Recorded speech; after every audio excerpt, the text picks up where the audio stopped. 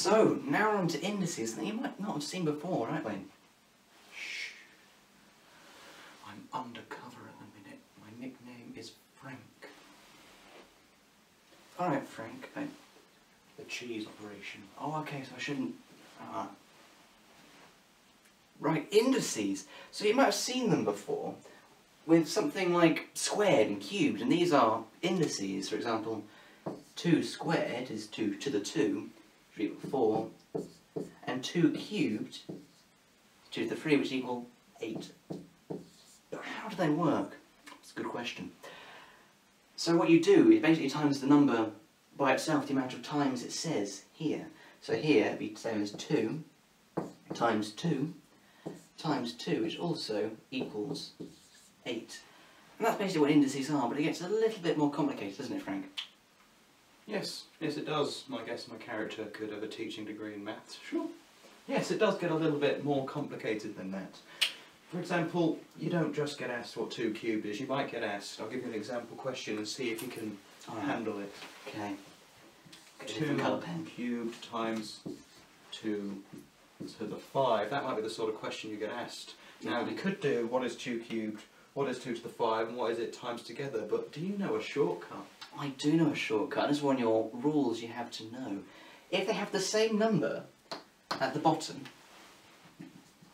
that one, then you can just add the powers at the top. So it would just be the same as 2 to the 8. It's pretty swish. It is. I've got another question for you. All See right. if you can work this one. What about 2 to the 15 divided by 2 to the 6? Well, Wayne, you can do a similar thing, but instead of adding the powers, you take away the powers. But remember, these two numbers have to be the same. 2 to 2 to 9. I have a final question, and then I'll let you ask me some questions. Alright. What about 2 to the 6 plus 2 to the 4? Ah, there isn't a special rule for this one, sadly. You actually have to do them separately and add them together, and the same take away. Well, you just know everything, don't you? Aye. I've got a question for you then, Frank, to see if you can pass the test. Alright. What about if we had brackets to get a bit more saucy? So we have, a bit more exciting, 3 squared, but with a bracket also squared. Well, in my time at university I learned a little secret.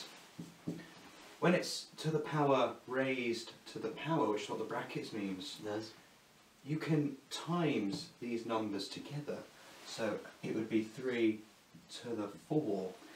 Now, this is a slightly confusing example because the numbers would be the same, they're added, but if I change this to a 3, makes it clearer that Does I've make it a little bit times clearer. these two numbers together. and that would be a 6 then. Like that. And that's pretty much indices for now, because this is indices number 1. Yes, we do some more advanced, well you do, I don't know who you are. You'll do some more advanced indices with a partner you may or may not have filming with you. Oh, that's true. And I may never see you again. That is true. Okay. I will stay here. Alright. Indices 1.